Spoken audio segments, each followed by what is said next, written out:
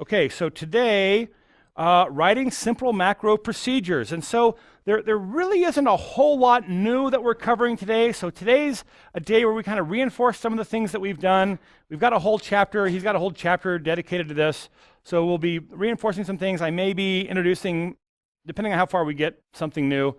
But we're going to begin with schedule2.xlsm. Until earlier today, I had schedule.xlsm. If you want to follow along, that would actually work just fine. You have to make some adjustments because I took out a couple of columns that were unnecessary. This is just a little bit cleaner. We'll go ahead and pull that up and see what it is that's going to be our task for the day. You save and close this. Okay, so here we have, this is probably like the accounting schedule for winter of this year. Like these really are the classes from it's 2017. This is from last fall of 2017. So I guess accounting 241, what is that, business law? Oh yeah, business law. It's taught in the lecture hall 151 by Ryan Wood. Oh, Ryan Wood and I were students together at the University of Minnesota in the late 90s. And so we've got, all these different classes, and so you might be faced with some data like this. You say, man, I'd like to be able to know what classes are taught during which times.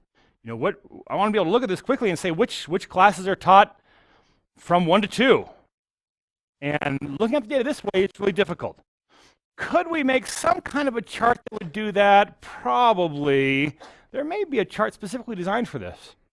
But what we're going to do here is we're going to say, listen, we want to look at this data that's here, and then we want to manipulate the cells over here that we've just kind of built some cells to make a graphical representation of the day. So over here we've got 8 a.m., 9 a.m. So each one of these blocks is an hour made up of 4 columns, and so we kind of have 15-minute segments here.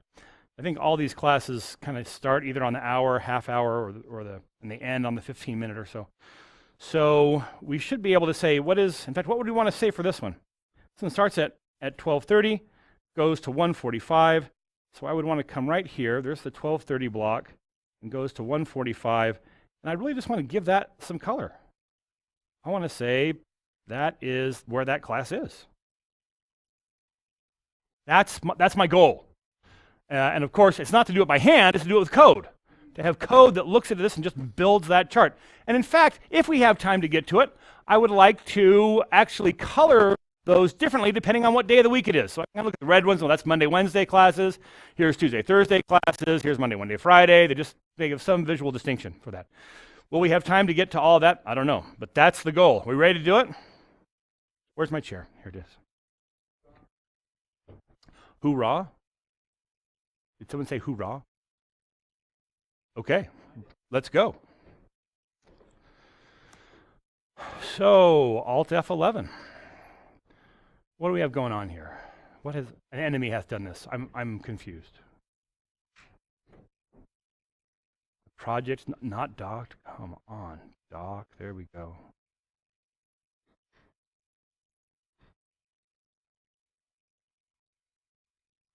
Not quite how I wanted it.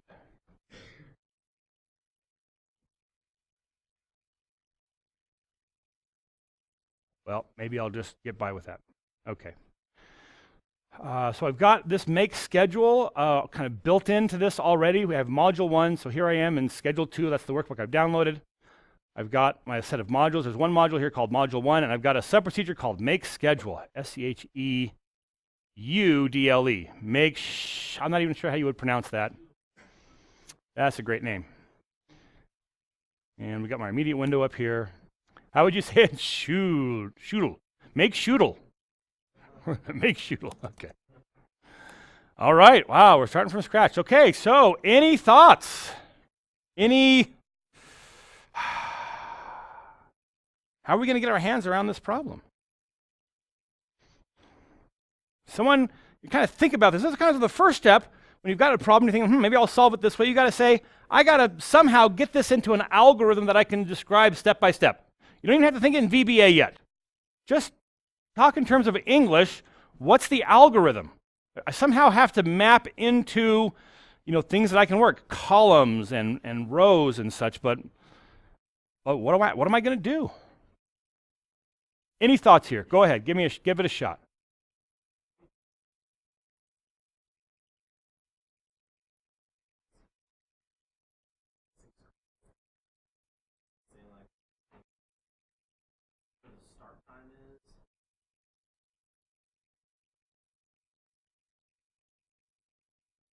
Okay, so one thing we're gonna have to do is we're gonna need to find out probably something about these hours. What hour and what minute does each one of these class start? Okay.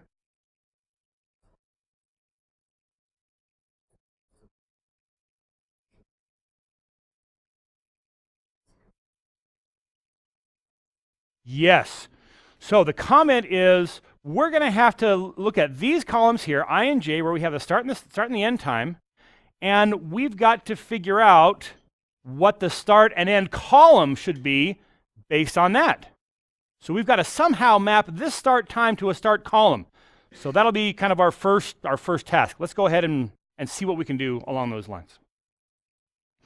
So question over here, go ahead. Yeah, do you usually, when you face something like this, scratch, do you usually take time to think about the big picture, what you're trying to accomplish, and how you're start to, or do you kind of just start? So the question is, when I face a problem like this, do I try to map the whole thing out start to finish, or do I just get started? And the answer is, it's probably neither one of those purely, but I'm gonna take a look at this and think, maybe this far into it. All right, I think that if I'm gonna be able to put a bar here, I've got to know where it starts and where it stops. And let's head down that road. So in some cases, you've got the person who's kind of designing the algorithm is different from the person who's implementing the algorithm. And in that case, the designer's got to kind of map the whole thing out structurally and then hand it off to somebody. But kind of the whole purpose of VBA is for you to say, hey, I'm facing a problem here in Excel. I'm going to write the solution. And so I would say give yourself a little time to think about it. Imagine generally the direction you're headed and then get started. That's how I really do it. Is that the best recommendation? I think that's probably the most reasonable recommendation. Okay, so I'm going to need here, why don't I get myself a start hour as, and this is just going to be, what are my possible values for the start hour of a class? I'm trying to figure out what data type to use. What are the possible values? Like, I don't think any classes actually start like at 1 a.m., but something like 0 to 24, the start hour, it's not that big of a range. So what's my best data type here? Is there a time data? There is a time. There's actually a date data type that I can use times. I mean, date is actually, date and times together. But what I'm trying to do is I'm trying to look at a time, and I'm trying to I want to split off just the hour. And so I'm probably interested in one of the integer types. Those integer types, there's 3 of them. What are they? Byte, integer, long integer, or just long. And so of those 3, what's the right one to use? So integer gives me plus or minus 32,000. Do I need that much? What's another option? Byte, 0 to 255. Is that plenty? Yeah, 0 to 24 is actually enough, so we'll do byte. And why don't I'm just kind of guessing at this. I'm not really sure, so maybe I need to start minute as well. Start min. 0 to 60, so byte should be fine for that too. Let me also give myself a start column as So this one, I'm looking at my possible columns, and I'm coming out here to BB. What is BB? I don't know, I'll make it the active cell and then just ask about the active cell in my immediate window. ActiveCell.column. Oops, that should be a question mark. 54. Truth is, I could get by with byte for my start column as well. But as a general rule, anytime I'm going to make a reference to a column, I want this variable to be able to handle any column number that I'm going to throw at it. Even though I'm not really going to extend this out that far. How many columns could I possibly have? I don't know, let's just go over there and find out. Active cells now at XFD, active cell.column. There's like 16,000. So the maximum column I can have is 16,000. So what data, if I'm trying to make a variable that can handle any column number, what data type should I use? Yeah, probably integer is a good one for this. And again, this is just, I'm not sure that this is the best advice. We're only talking about the difference between 1 byte. Am I using 1 byte variable or a 2 byte variable?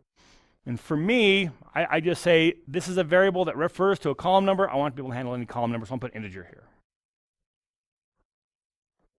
Dim end call as integer. Does someone say variant? Yeah. There's variant for everything. You don't even have to think about it. Probably wouldn't be the end of the world for this example to use variant. Okay. So, let's do this. Let's make it so that when I make a schedule, I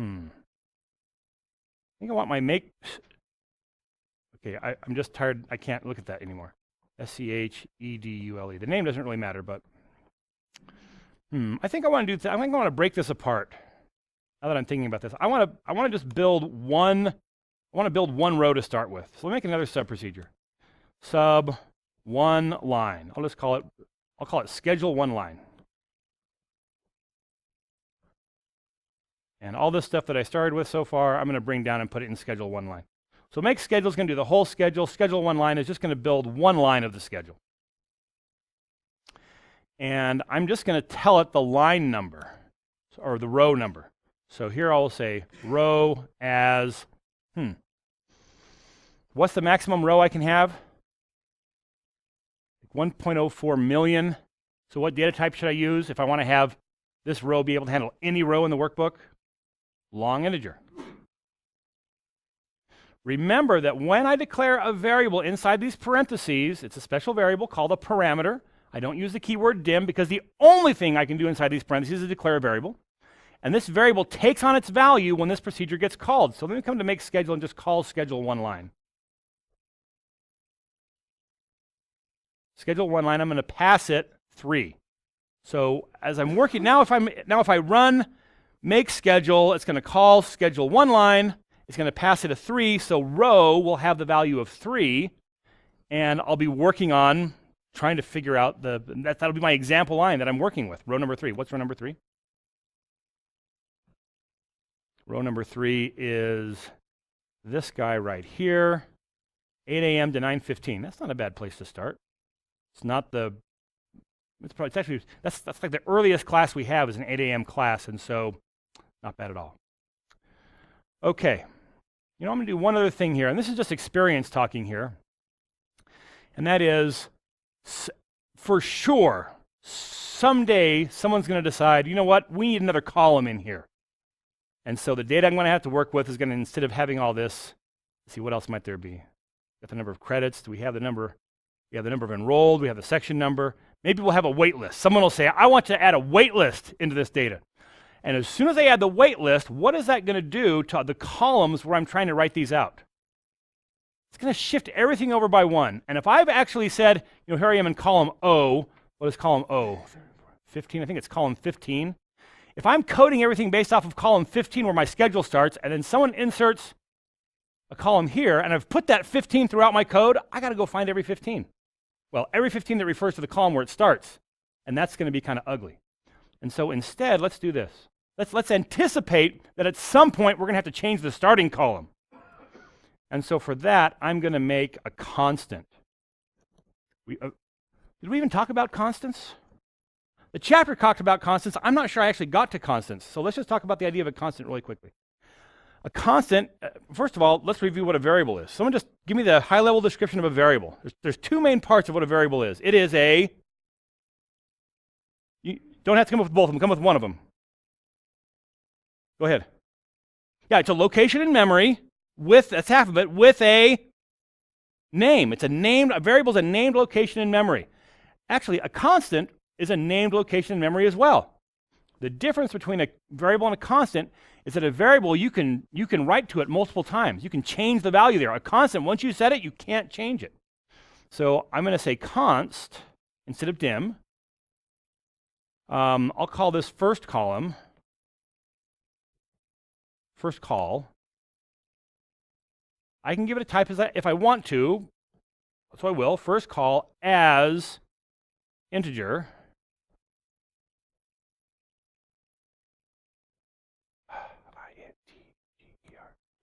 And I'm going to say it equals its value, 15. Is that right? I'm not quite sure that's the right one. So here I am. Let me just check. There's O, active cell.column, 15. So now, if I need to decide, you know what, I'm going to have this schedule start somewhere else. Maybe we'll delete some columns. All I have to do is change this 15. And if I've keyed everything off of where the first column is to figure out where my start column is going to be, I can change this value here, and everything else will shift. That's going to be nice. We follow this? Question here?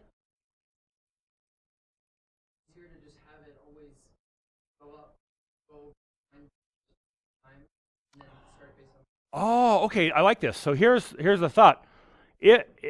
I'm not sure exactly if this is what you're thinking, but if we were pretty sure there's always going to be a class title, we could just come way out here somewhere. Let's see. We come way out here and just zoom over here until we find where the data starts and just infer what that column is going to be. So instead of me even have to change it there, my code could figure out where it's supposed to start. Yeah, that's pretty good too. Then I wouldn't have a chance to teach you what a constant is. Because to do that, it takes a variable. I have to declare it, and then later I have to put its value in. So yeah, actually I like that idea as well. But we'll stick with a constant for this example. Okay, and also then, let me just show you while we're talking about constants. Let me try to change the value of this. First call equals 14. And then I'll run this. Now, because schedule one line requires a value to be sent to the parameter, I can no longer just run this. If I try to run this, just click on play, the editor is going to go, I don't know what you're trying to run, but you can't run this one. And so it gives me a choice of other things to run. It can run make schedule, so I'll just run that one because that just calls it and gives it the value that we need here. And this should just give us an error here, assignment to constant not permitted. I'm trying to assign a value to the constant and can't do it. I declare a value to a constant, but I can't assign a value to a constant. Okay. So far, so good. I don't really want to be in break mode. When I have a yellow line here, I'm in break mode. I'll hit stop. And we're ready to move on. So now we've got the memory set up. I'm trying to figure out what my let's start with the start hour. Okay, so I'm going to come after my declarations. Turns out you can declare variables kind of throughout your code as long as you declare them before you use them. But logically, all these variables get declared before anything else happens. So you might declare it low in the code. When the interpreter runs the code, it says, we need some memory. It looks through, finds all the dim statements, it allocates the memory, and then it starts running the executable code. So it happens before anything else runs. I like to put them up at the top. All right, so let me just get my start hour. Start hour equals, and I'm on sheet 1, but I think I probably want to be sure that I'm dealing with the right sheet, although I'm probably okay to assume that I'm on the active workbook. So let me go ahead and give myself a worksheet variable, dim_s as worksheet. And let me go ahead and bind onto that dim_s as worksheet. Set s equal to sheets or worksheets.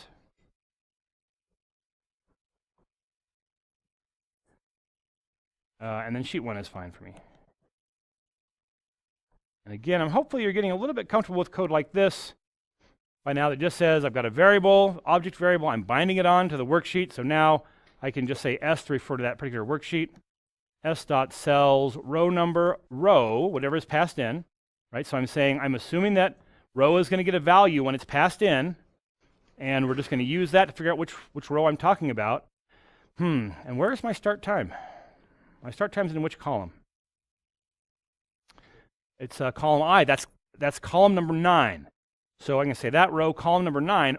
Or as it turns out, I'm not sure I've showed you this yet, it turns out when you're using cells for the column, you can actually, in quotes, you can put the letter that refers to the column that you want. That can be kind of handy. 9 would work, or I would work to identify the column. You have to put a number for the row. You can't put letters for the row, but you can put letters for the column. Dot value. Now, that would be that whole time expression, and what I want is the hour. Let me just make that the active cell. That's the active cell now, so we can take a look at this. Active cell dot value. It's 12:30 p.m. But there's a function built into VBA called year. Called hour. I can ask for the hour of a date or a time. I was going to use year as an example, but I realized these times don't have any dates associated with them. So I can strip off the hour or the minute by asking that there. What will really be helpful is if I have something that starts in the afternoon, p.m. Find one here's 2 p.m. So minute is fine, but now if I go back to hour, the question is, will this show me 2 or will it show 14? What do you think? Thankfully 14, yeah. So it gives me the hour back on a 24-hour scale. These are dates, so I can ask the year. What year do you think it's going to be? I think 1899. Yeah. So it is when I just give it a time, when Excel has a time, it assumes it's a time at the beginning, at date number 0, which is December 30th, 1899.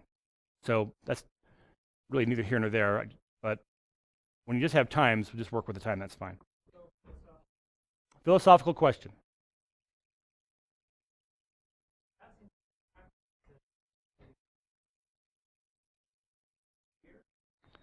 Okay, so the question is, hey, what's going on here? And the answer is, this is a function. You're familiar with functions because you use them in Excel all the time, right? There's a net present value function where you say, here's the name of the function, and then you give it a series of arguments, and it gives you a result back. Well, the idea of functions is built right into VBA as well. So this is not. There probably is a year function that works in a cell as well, but this is not it. This is the VBA function year. You give it a date expression, and it just figures out what year that is, and it gives you back the year that corresponds to that. Okay. So now I should be able to say, so here's the value that I'm passing in. Let's go ahead and have that be the hour of that. So I'll just wrap the call to the hour function around this.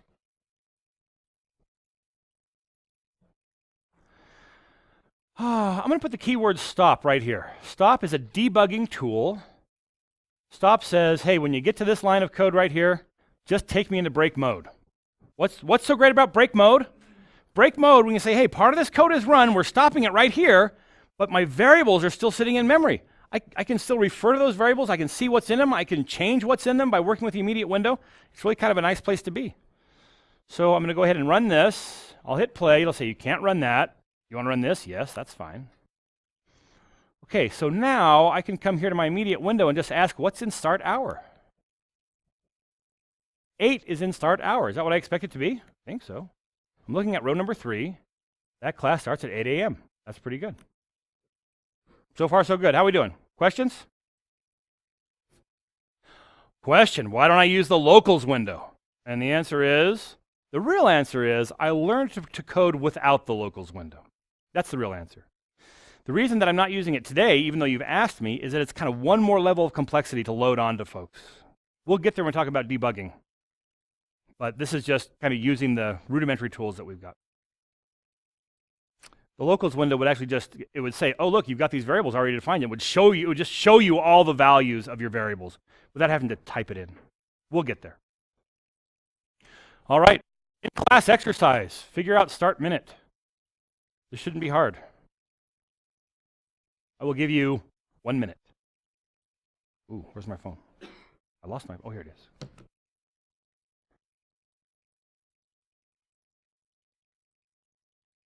Should have some kind of Jeopardy music going while we have a minute. I don't know what my timer is. Oh, here it is.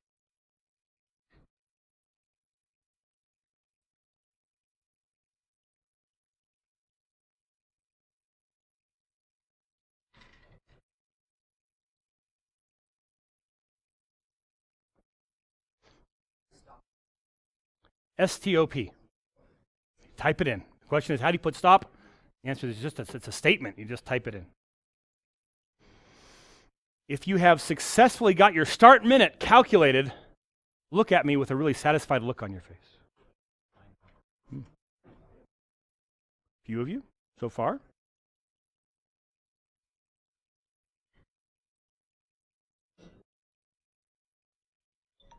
I don't know if that was really a minute. I gave you 30 seconds, but I thought it took me a while to get there. Dismiss. Okay. So I'm declaring that variable, start min equals minute of the same start time.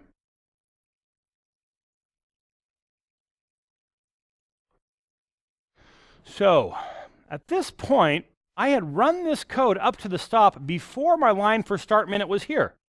And so if I'm to look at start min right now, in another 30 seconds, dismiss, cancel. It's going to tell me 0. That's actually the right start minute. That's unfortunate. Even though this code hasn't run yet. I'm going to run this with something that starts on the half hour. So let me run this again with row number 2. So I'll hit my stop. I'll change this call to 2, and I'll run this. So now the point is that now I have run to this position here. If I add a line of code in here, that line hasn't executed yet because I ran past that before I added the line in. So the nice thing here is I can take that yellow arrow and I can drag it up to where I want it to go, and I can just continue it to run again from there. So now I'm looking at row number 2. If I look at start min, that should be 30 because this first class on row number 2 starts at 12:30. And if I look at start hour, then I see 12. I guess I should put those in the other order, but that's okay. You see it. 12 and 30 are there.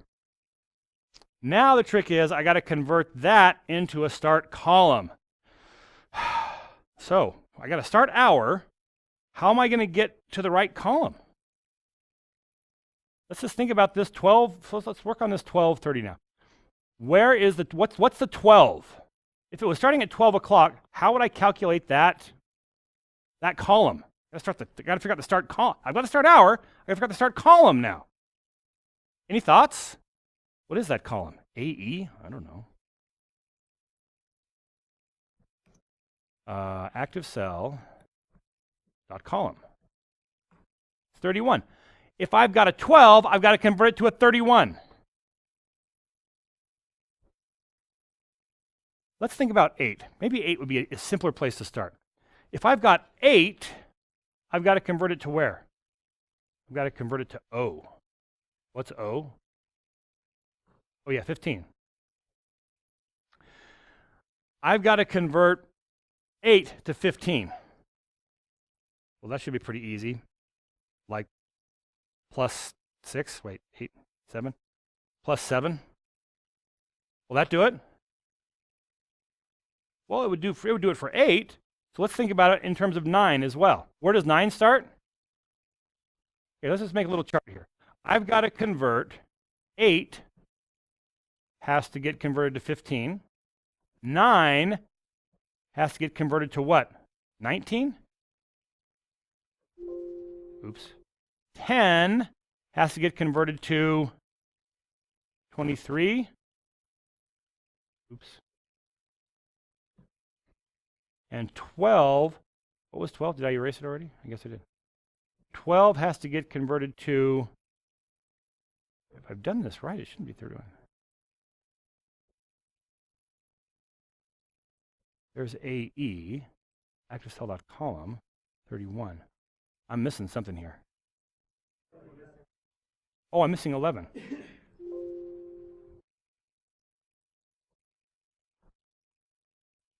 $11 has to get converted to 27. There we go.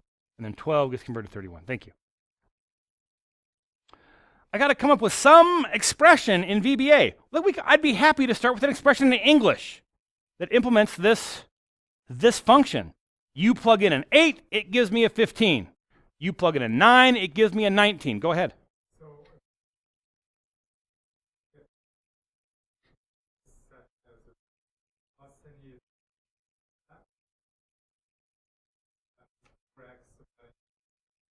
Okay, so you're saying something about this is these are stepping up by 4. This starts at 15, and then it steps up by 4.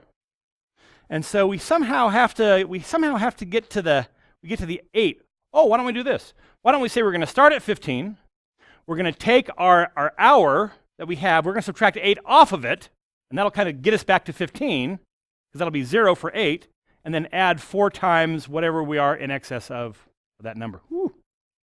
It's a little bit complicated, but I think we can do it. Okay. So our start column is going to be equal to, we're going to take our start hour, and we're going to subtract 8 off of it. That'll give us 0. And then we are going to add on to that what?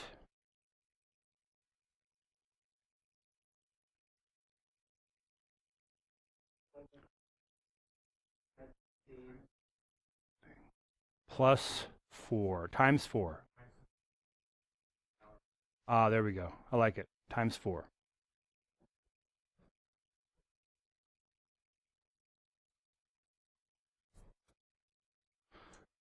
And then let's add 15 onto it here. Now, ultimately, we're going to change that to our first column, which is our constant for 15. Let's leave it at 15 for right now. I'm going to take 15. I'm going to take my start hour, 8. This will happen automatically, but let me put the parentheses in. The multiplication would happen before the addition, but let me put the parentheses in. I'm going to take my start hour minus 8. So when I'm on 8, this is going to give me 8 minus 8, which is 0, times 4, which is 0. I'm going to add that to 15, and I've got 8 giving me 15. That looks pretty good. So 9, I'm going to take start hour, 9, minus 8, which is going to be 1. Multiply that by 4. That gives me 4 plus 15. That gives me 19. Let's do one more, and if it gives it, we'll feel pretty good about it. 10 minus 8 is 2, times 4 is 8 plus 15. Is that right? 15, 16, 17, 18, 19, 20, 22. Yeah, that's right. So that has done it. So let me go ahead then, and then just, we're going to change here. Let me take my first call, which is my name now for 15, and I'm just going to replace my 15 in the algorithm here. We could do something similar for this 8. If I thought maybe we're going to have some classes that start at 7, I might want to have start hour, or no, we have a start hour. First hour or something, and use that as a constant, so I could change that as well. But I've kind of given you that idea. Let's just go ahead and move on from there. Whew. So why don't we go ahead and, we've got some more work to do with this, but let's actually see this doing something. So let me take, now that I've got that column, let me change the color of a cell. S.cells, row number row, column number start call. Dot, now I want to change the color. I want to change the background color of that cell. How do I do it? Well, I could record myself doing it, and we would see what it is. But I've done it so many times, I learned it. It turns out the cell doesn't have a background color property. A cell has an interior property, which is an object in itself. So I can say dot interior dot color, T-E-R, equals, now I have a number between 1 and 16 million to choose from. Just put in a number. Put in my favorite number. Oddly enough, the number 666 is a deep red. Isn't that great? Okay, so let's see. I'm going to come bring my my active cell, my active line, current statement indicator, back up to where I'm defining the start column. I'm going to run that, just that statement by choosing debug, step into, or just pressing F8. And now I should be able to see what my start column is. So let me do start hour and start column. I should get 8 and I should get 15 out of this. Start column. Oh, no, I'm on 12. I'm getting 12 and 31. Well, that's what I'm supposed to get for 12 and 31. So good. Thought I was on 8. Go back to. Oh, that's right. Row number 3 is 8. Row number 2 that I'm looking at is 1230. Okay. So this then, I'll go ahead and just run this now to the stop. That should change some cell's color. There it is. Color number 666. I told you it was dark red. There it is. So we've calculated the hour. It feels pretty good. But we got to get to the, this one starts at when? At 12:30. We've only anticipated the hour portion of that. We haven't figured out the minute where this is supposed to start. So how do I get to the 30 block? Comment here or question?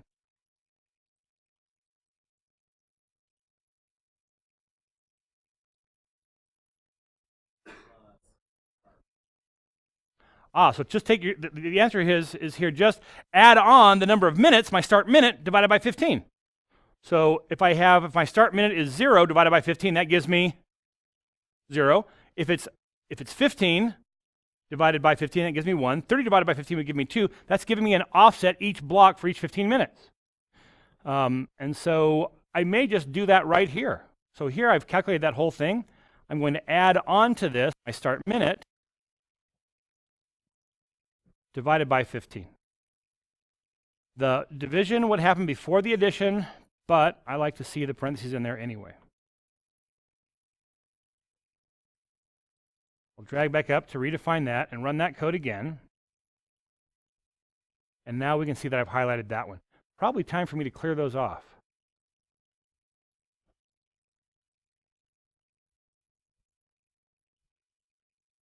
Oops.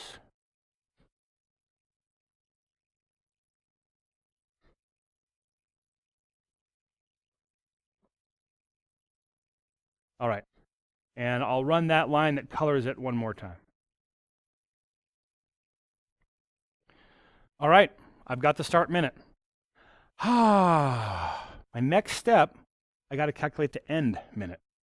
This should be a pretty straightforward extension of what we've done so far. Let me give you 2 minutes and see if you can do it. You'll have to declare variables and do all kinds of stuff. 2 minutes on the clock. Go. Oh, wait. I guess you can go now. I don't have 2 minutes yet.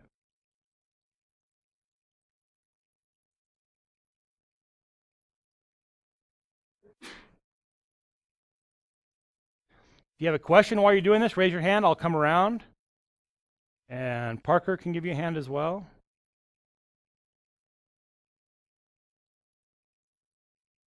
Take 2 minutes.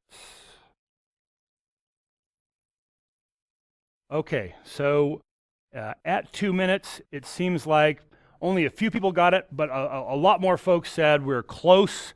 In a few more minutes, we could probably do it. We're on the right track. So this seems to me almost like I just want to duplicate what I've got here. I've got a start hour, start minute. I want an end hour and an end minute, kind of the same thing. So I'm just going to copy those two variables and then rename them.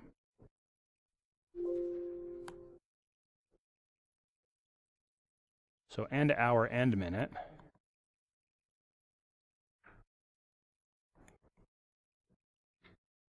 I've already got to start calling an end call. That looks pretty good. Sheet, start hour, start min. I'll copy these two lines, change this to my end. Well, not my end, but end hour, end minute. Now, column I, so is it column J where the other data are? So change that to column J. So that should give me an end hour and an end minute. Here's my start call. Change this to my end call. Still gonna be my first call. Still gonna be my start hour. No, it's gonna be my end hour and end minute.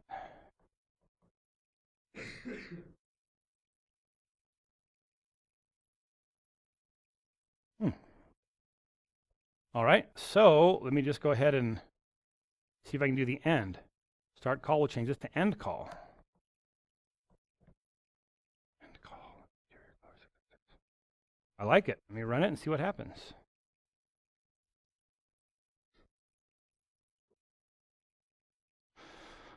Okay, is this right? It ends at 1345. Seems like it's one off.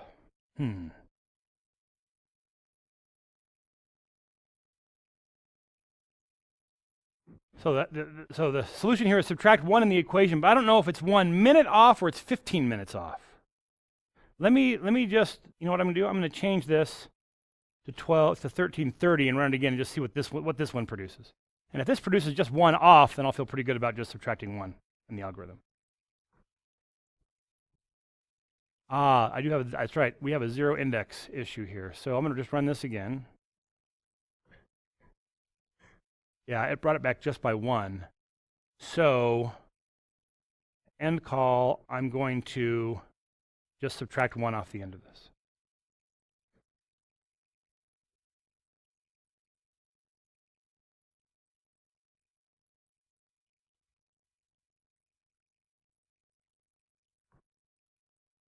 I'll run that again and see where we are.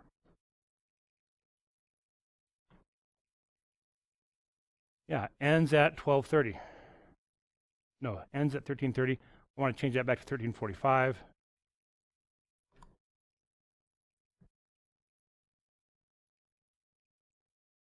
Run that again. And it's pulled that in as well. But of course, I want to color them in all the way. Fortunately, that's really easy. Is there a question here in the back? Nope.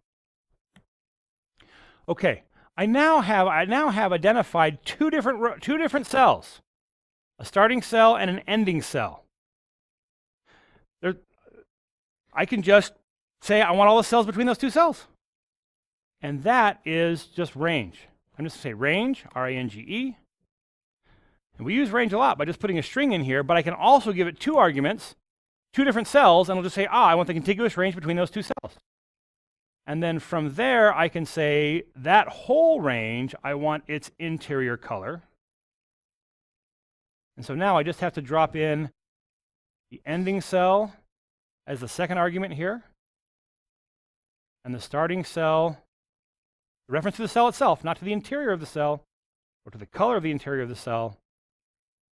I now have one long line that says, that's really ugly. It says, here's a range. It takes 2 cells to identify this range.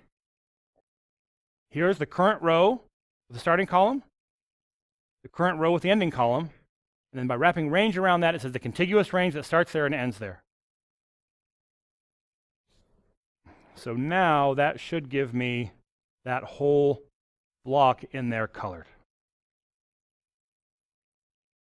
I like it.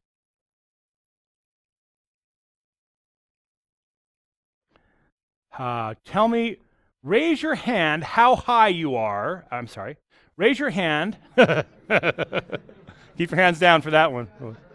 Raise your hand to a height that corresponds to how comfortable you are with this thing we just right here. So if you say, wow, that's easy, totally got it, or put it down really low. It's kind of like something you do in primary. Put your hand down low if you're going, that's totally confusing to me.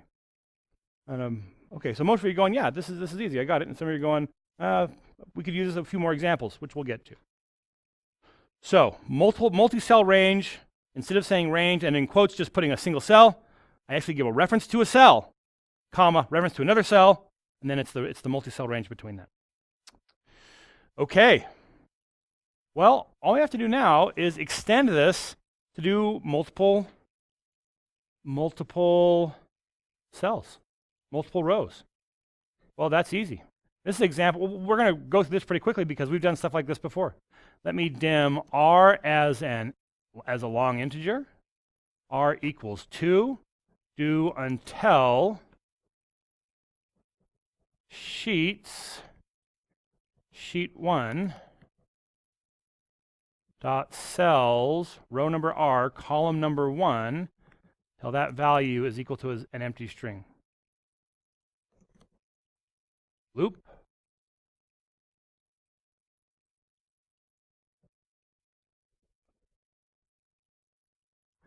We increment r in here, r equals r plus 1. We do a do events. just in case I messed up somewhere.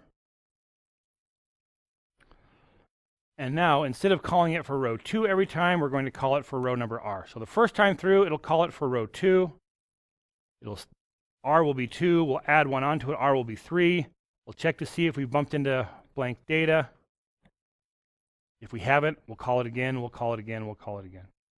So now I should be able to run this, and it should put in the full schedule. Oops, I got a stop in there. That's stopping it after the first run. I'll comment that stop out and set it to run again by clicking the green button. And we should be good.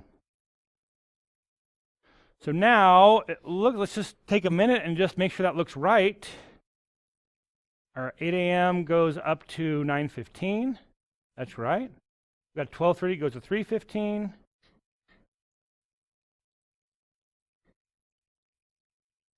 (12:30 to 3:15). Yikes. Who would do that class?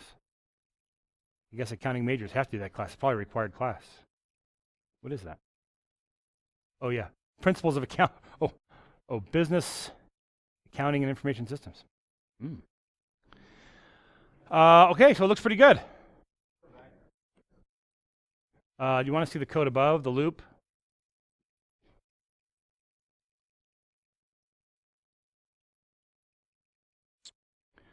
Okay, not so bad.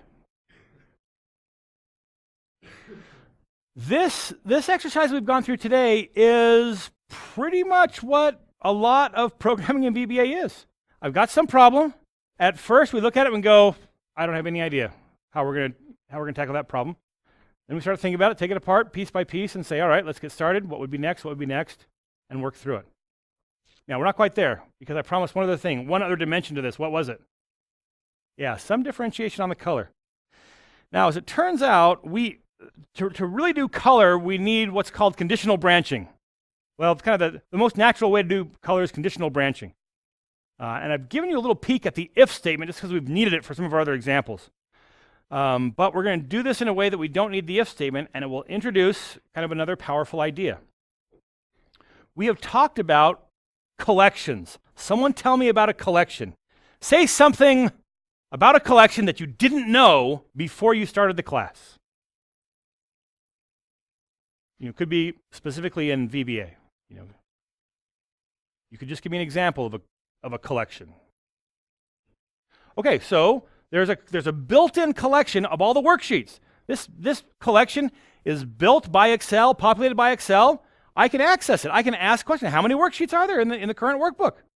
I can add a new one to it and create a new worksheet. Okay. Someone say one other thing about collections. In the back? So collections have methods. So collections are themselves objects. They have methods that we can use to add and delete objects out of the collection. And so the other thing to remember that a collection, all a collection is it is a reference. It's an object that holds references to other objects. That's what it does. So far, we've only seen those that are built in. I'm about to show you that we can create one out of thin air. Go ahead.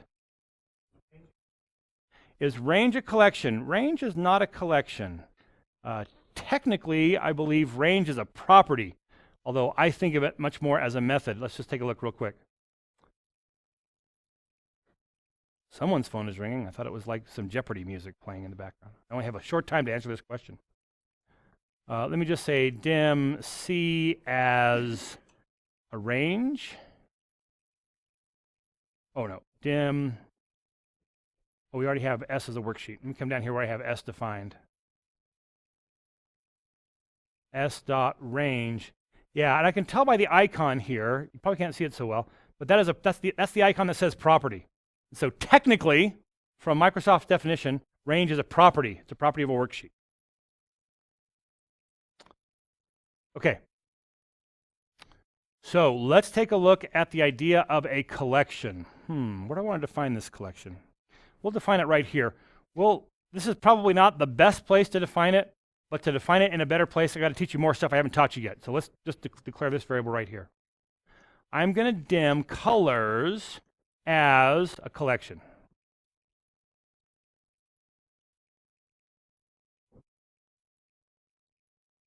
Now, collection is an object, so we're declaring an object variable, just like we dim S as a worksheet.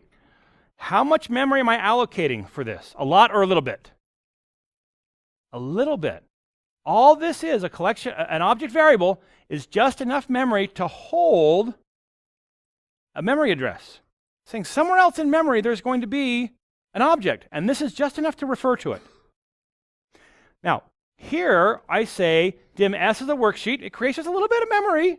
What doesn't create it? It allocates a little bit of memory and says we're going to be binding onto an object somewhere. Where do we bind onto that object? Right here. Set S equal to this existing worksheet. So now I've dimmed colors as a collection. Set colors equal to a new collection. And this will make a brand new collection. It'll make a new object. It'll put it somewhere in memory. It returns the location in memory where it is, and so I can bind that location in memory onto the object variable. So now, it takes these two steps to actually create a new collection out of thin air. There's a shortcut. Do you want to see the shortcut? Let's not see the shortcut. We'll see the shortcut later. This is enough to get going. All right. So now this collection, just like a worksheets collection, I can refer to the elements in that worksheet either by their name or by their number. I can do the same thing here. I can put elements into this collection. They're going to get a numeric position just in the order that I added them, but I can also give them a name. It's actually called a key, but here's how we do it. I'm going to say colors dot add. I'm going to put the color that I want.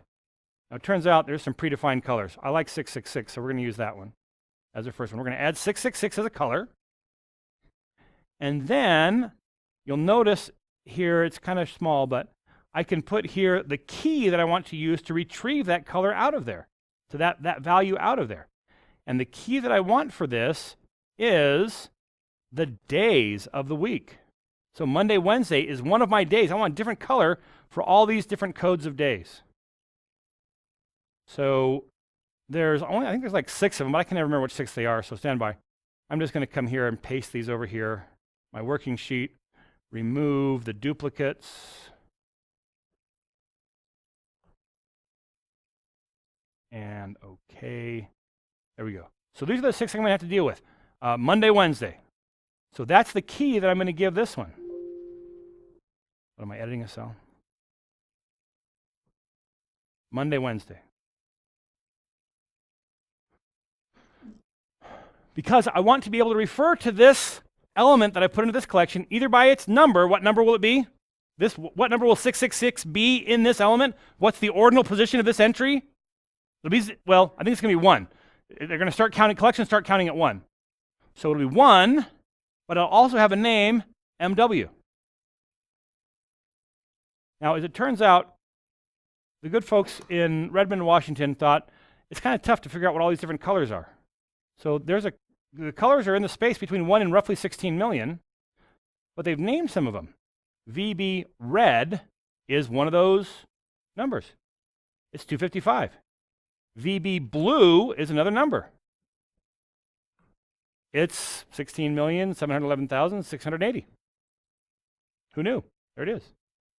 So I can use, these are built-in constants. They're names for locations in memory that have values sitting there in memory, and so I can use those.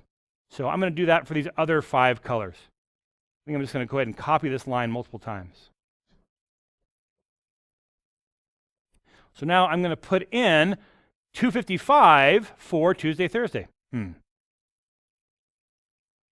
That's how I'm going to put in 255, by saying VB red.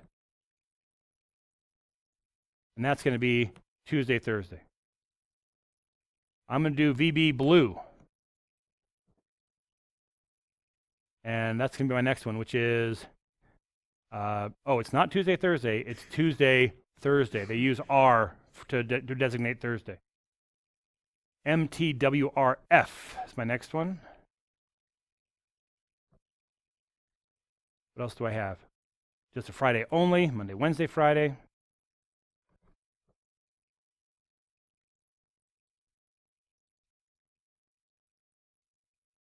Monday, Wednesday, Friday, and what's the last one? TRF, Tuesday, Thursday, Friday. Whoever made that class was evil. Tuesday, Thursday, Friday. All right, so I've got VB blue, VB green,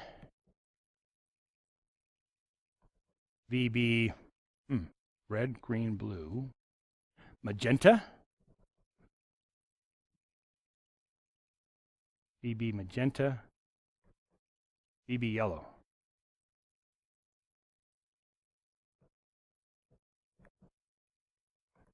There's a cyan. The yellow is going to be kind of light. I don't like yellow so much. And why don't I change this to VB black, the first one to VB black. Should be a pretty good set. A little worried about red and dark red being too close to each other. Okay, so now I'm going to go ahead and run up to this point.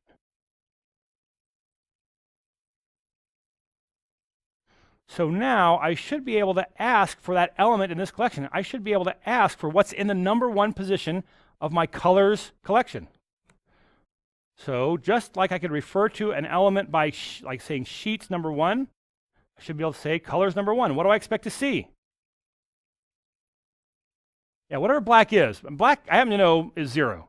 So hopefully that's going to give me a 0.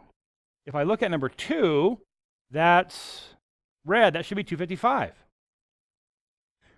But because I've given them these keys, I should also be able to refer to these by their key, and the key for this one is TR. TRF should be cyan, whatever. I have no idea what cyan is. It's probably a big number. TRF.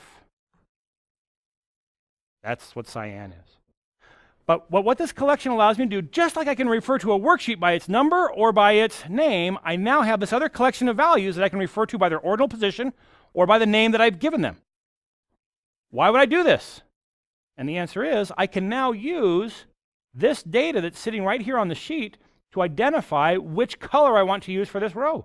I just have to look in column H and ask for whatever value is there and use that to access my collection, and it converts it into the number that I want.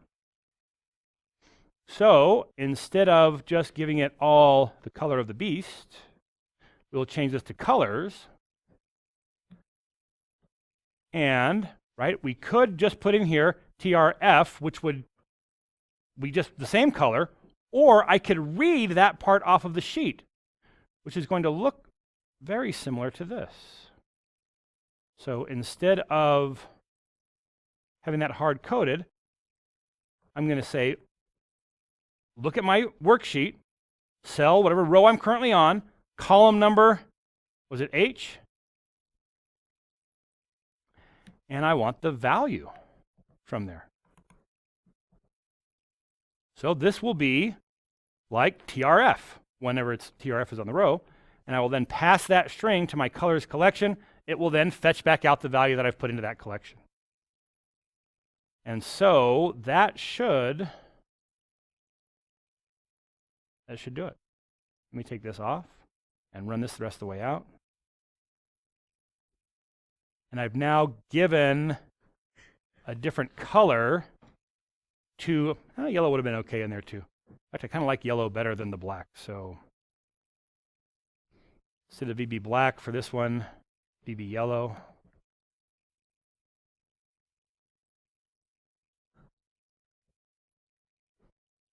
I don't know. Maybe I like the black better. Anyway, I've now attached color as a different dimension of this visualization that I've built. Question in the back. For collections, do you have to include the key? And the answer is no. And so if I don't give the key, I don't have a key to be able to pull it back by. It just because I can only access it by number. So the question is then, is it just a list? And the answer is, it's still an object. It has methods and properties. And so depending on the implementation of list in other languages, it might be very similar. You access it just by its index number. And collections in VBA begin counting at 1. Yeah, some of the things we'll work with in VBA begin counting at 0. Collections begin counting at 1. Okay, questions here? Question is, can I scroll down? The answer is yes. Is that enough? Other questions?